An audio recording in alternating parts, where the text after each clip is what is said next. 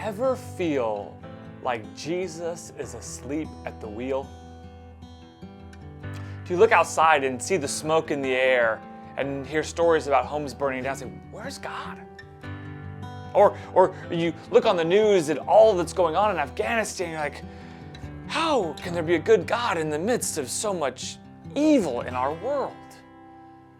Maybe you don't gotta look outside or across the globe. You look at your own house and your prayers are going unanswered. You're feeling like God is nowhere to be seen in the midst of all of it, and you're living through it. Like, where's God in the midst of it?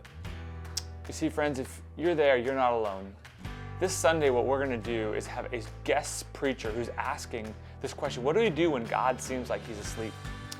Eric is a member of our church, but he also works for AIM, Agape International Ministry, and they're committed to providing hope and fighting one of the greatest evils in our day-to-day, and that's human trafficking.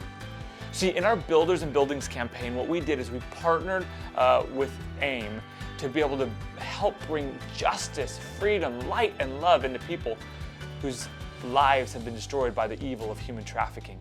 As he prepared for this sermon over the last month, the passage that God gave him was a passage about Jesus being asleep in the midst of the disciples' storms. And in the midst of that, we're going to ask this question: what do we do when it seems like Jesus is asleep? Fortuitously, that's the passage that we have this week. And with all that's going on in the world, I think we need this more than ever. So I want you to come for two reasons. One, I want you to come and see how a good God is at work in bad situations. And two, what I want you to do is I want you to not complain, but I want you to feel empowered to do something, to be part of the good, to be part of the life-changing work that Jesus is doing here in our own community and around the world. You see, friends, we know that Jesus has the victory. We know that Jesus is the answer, and he invites you to be a part of it. So come and hear truths from God's word and be empowered to live a life that's fighting for love, justice, and freedom. We'll see you Sunday.